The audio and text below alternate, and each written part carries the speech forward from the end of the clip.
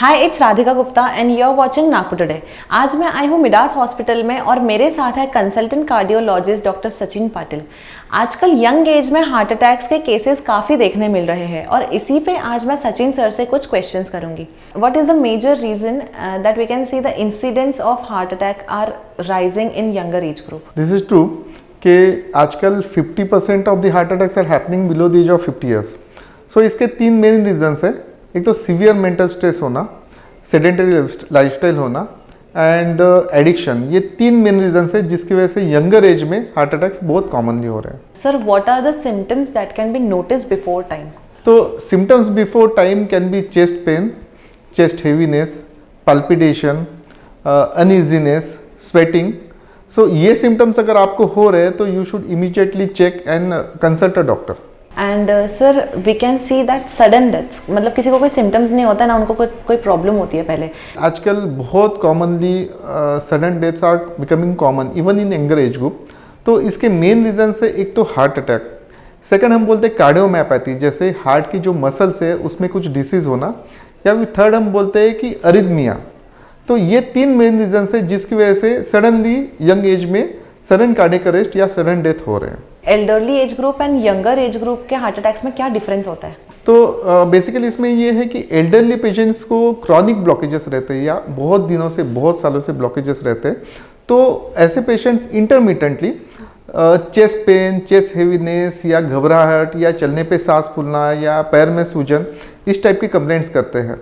पर younger age group में suddenly blood clots बनने के और उसकी वजह से हार्ट का ब्लड फ्लो बंद होने के चांसेस हाई रहते हैं।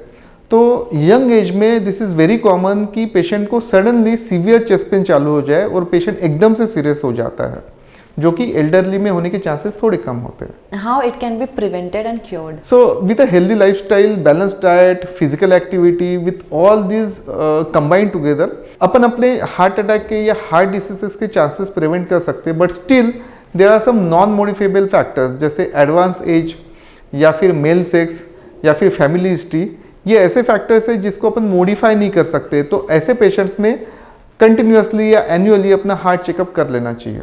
सर, जैसे कि आपने कहा कि एक्सरसाइज, बट कभी हमने ये देखा है कि कोई इतनी ज़्यादा एक्सरसाइज कर लेता है कि वहाँ उसको हार्ट अटैक आ जाता है। तो please can you please explain this कि क्या होता है बॉडी में? तो बेसिकली इसमें ये इश्यूज है कि एकदम सीवियर एक्सरसाइज करना, स्लोली अपग्रेड नहीं करना एक्सरसाइज को, और विदाउट योर हार्ट की कंडीशन पता की है आप सडनली सीवियर एक्सरसाइज चालू कर देते हैं, तो इसकी वजह से सडन अटैक आने के चांसेस बढ़ जाते हैं।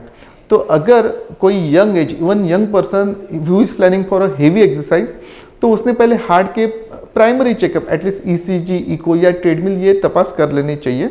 और जब वो एक्सरसाइज करते हैं तो it should be a slowly upgradation of exercise. जैसे स्टार्टिंग में आपको माइल्ड एक्सरसाइज करनी है and then you have to slowly shift to severe exercises. What will be your general advice to everyone and to especially to younger population? तो younger population के लिए मैं basically यही एडवाइस देना चाहूँगा कि एक बैलेंस डाइट रखिए, एडिक्शन को टोटली अवॉइड कीजिए, सेडेंटरी लाइफस्टाइल से बचिए, physical activity should be there, you should be moving around, एक जगह पे बैठ के काम करना टोटली आपको अवॉइड करना है।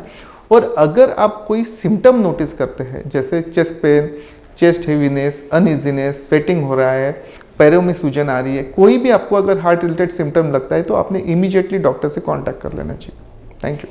आई होप कि ये सर ने जो भी अपने इंसाइट्स शेयर किए हैं, it is useful for all of you. Thank you so much sir. Thank you.